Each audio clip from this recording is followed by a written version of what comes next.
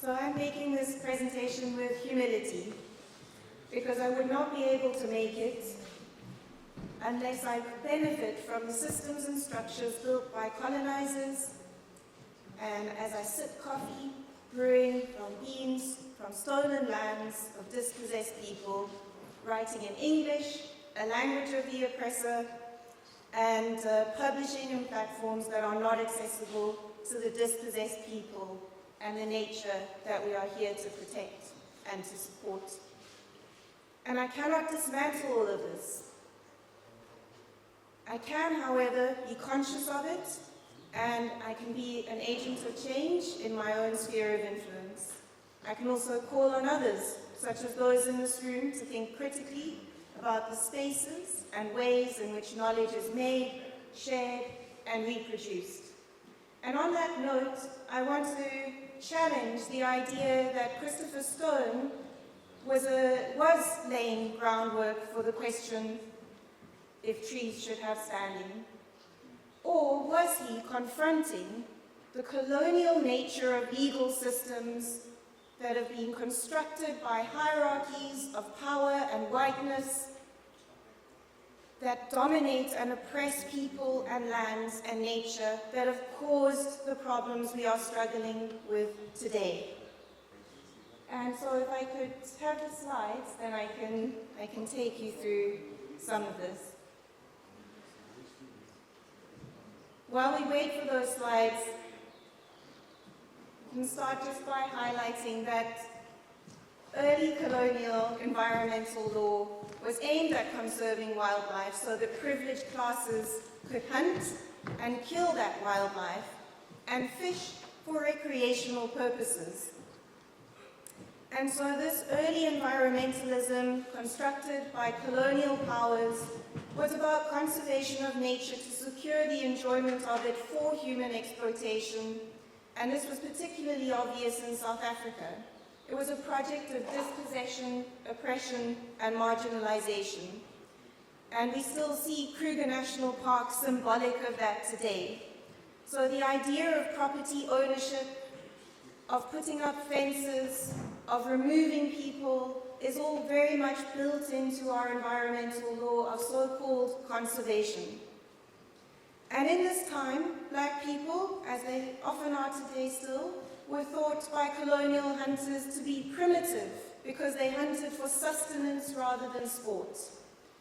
And this is recorded in the archives of our country, one hunter describing hunting by a local person as a native butcher, making for himself a shooting stage close to some waterhole or game track, slipping through long grass like a snake, shooting anything that comes along regardless of age or sex. Now this is a distortion of the indigenous knowledge and practice of the time, a gross distortion, and a way of developing law that completely obscures the inherent value of nature. And so we have to call out this history and its ongoing implementation and practice if we are going to advance rights for nature in meaningful ways. We have to acknowledge that the foundations for rights of nature are not white academics in lofty institutions. They are indigenous communities who have practiced and lived these rights for generations. And the reserve, the Dwese Reserve in the Eastern Cape is emblematic of this practice of fortress conservation that I spoke about a moment ago. It continues to be a place that's contested and where people are excluded and marginalized.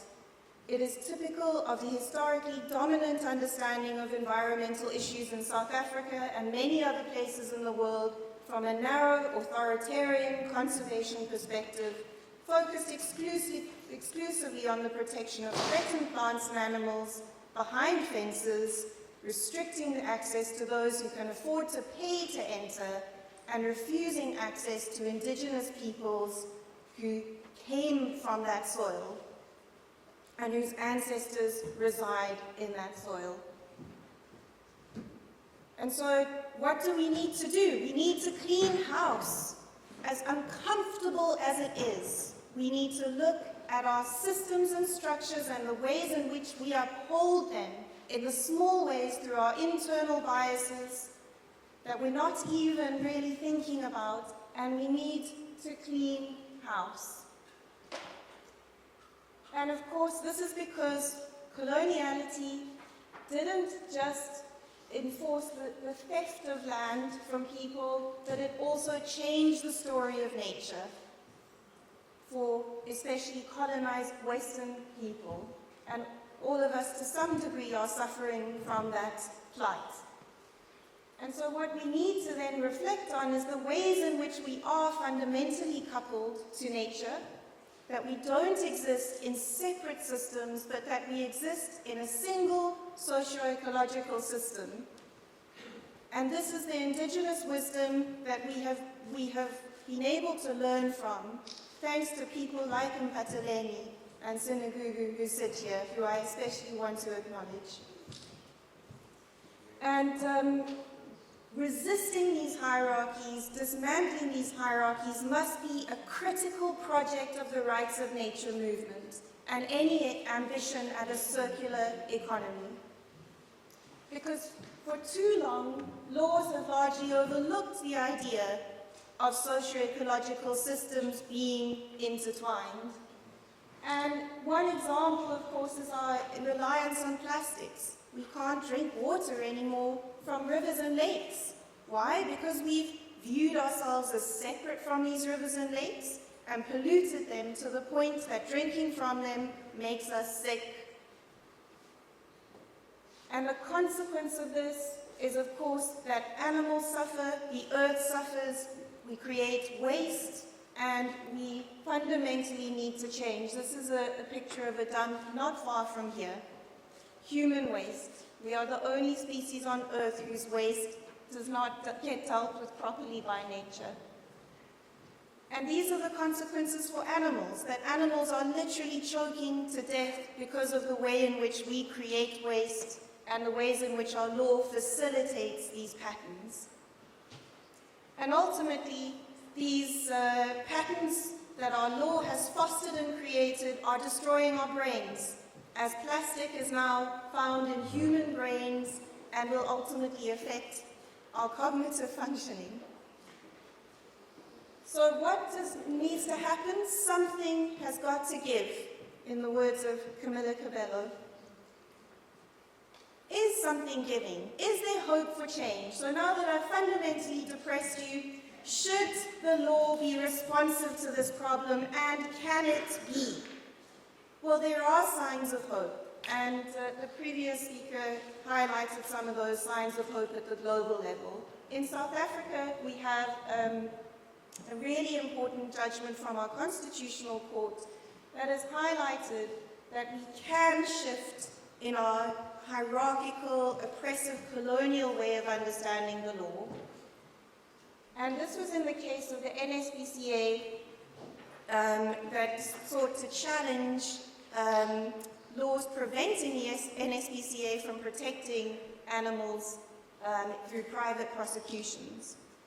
So what the court said is that the rationale behind protecting, in this case, animal welfare, has shifted from merely safeguarding the interests and moral status of humans to placing intrinsic value on animals as individuals. Now, this might seem like not such a big deal, but this is our highest court in our country, saying that the law doesn't only value humans and place moral worth on humans, but respects the intrinsic moral worth of animals. So, a return to indigenous knowledges that animals have intrinsic value should not be radical, but it is in a Western colonial legal system. And as our system has the capacity to change, we see this judgment reinforcing or creating space for that change. And then the court also said that showing respect and concern for individual animals reinforces broader environmental protection efforts. So we start to see the law, just a glimmer of hope of the law saying a socio-ecological systems approach to environmental protection, nature, is possible. Because when we respect the moral worth of individual animals, we reinforce broader environmental protection. So could this be expanded to nature more broadly as opposed to animals in particular? Well, possibly. Not yet in South Africa, but thankfully, legal systems that have really grounded themselves in indigenous knowledge, like in Ecuador, Colombia, and other parts of Latin America, are showing us that a decolonial approach to the law is possible. And our Constitution gives us an entry point for that as well.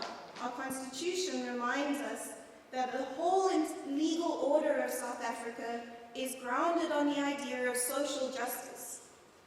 Can there be social justice without a functioning and flourishing environment? No, there cannot be. A functioning and flourishing environment is a precondition for the social justice imperative of our Constitution. So all other rights depend on the flourishing and functioning of nature. And that is what a socio-ecological systems perspective grounded in indigenous knowledge helps us to understand. So if we want justice in the form of justice for nature, we must also advance justice for people. We must do so in ways that are mutually reinforcing and intertwined. And that involves recognizing all people and all of the Earth system as having inherent value. It involves giving all of those beings, the more than human life, the human life, a seat at the table in decision making to advance equitable outcomes for nature and people. So if we want to solve the problem, we have to look at the root of the problem. We have to go beyond the question of should trees have standing, which starts from a colonial mindset of the legal system deciding who gets a seat at the table based on colonial ideas. And we have to go to the root and unpack those roots. And we have many different ways of understanding these justice issues.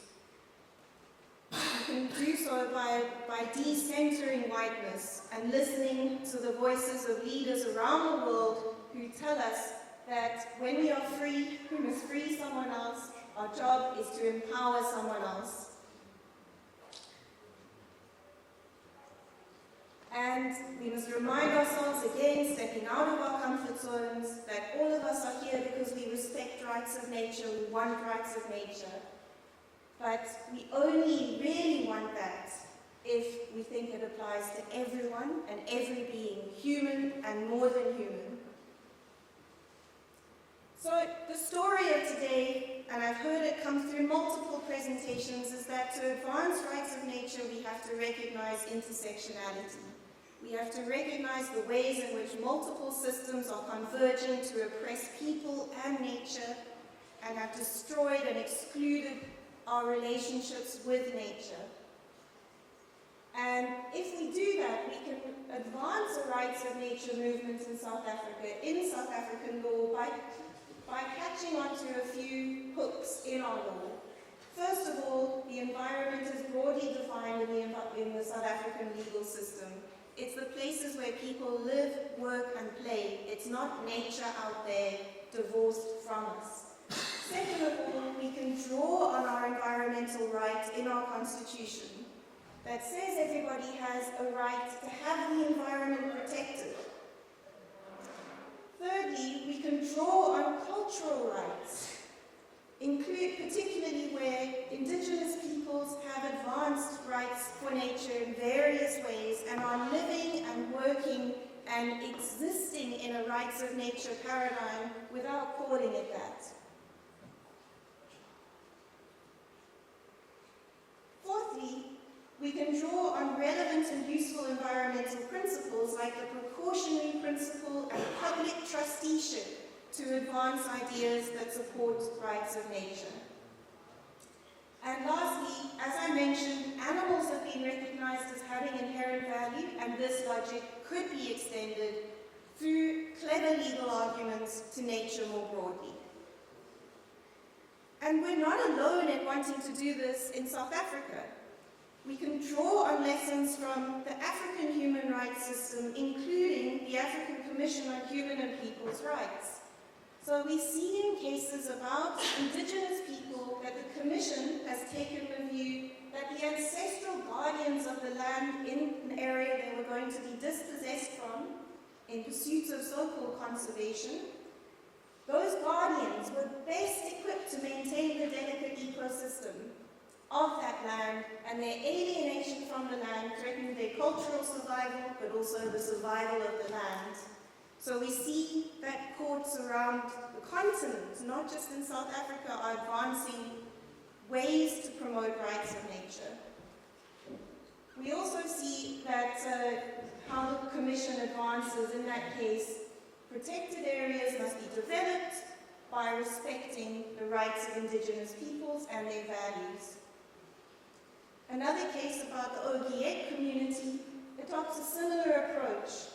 Ogiek literally translates into caretaker of all plants and wild animals, and the African Court of Human and People's Rights in protecting their interests to land and their indigenous knowledge and practices through cultural rights and environmental rights reinforced that their survival is fundamentally coupled to the survival of the forest and vice versa. And so where to? Well, first of all, I want to encourage everyone to adopt and advance a decolonial lens. So to really be uncomfortable in that space. This means resisting othering of all forms and the artificial hierarchies that facilitate domination and oppression, like racism, sexism, etc. Recognizing that our humanness is bound up in the flourishing of the more than human world. Embracing complexity and discomfort rather than blunt problem solving. And finally, support using human rights and social justice to advance into species justice, recognizing how the legal system fails to adopt a socio-ecological system and trying to shift using the hooks that are available to us in the legal system. And we can draw on the human rights system that's developing in Africa around protection of indigenous knowledges and peoples to do that. Will it be easy? No. But will it be worth it? I think we're all here because we fundamentally believe that. So thank you very much.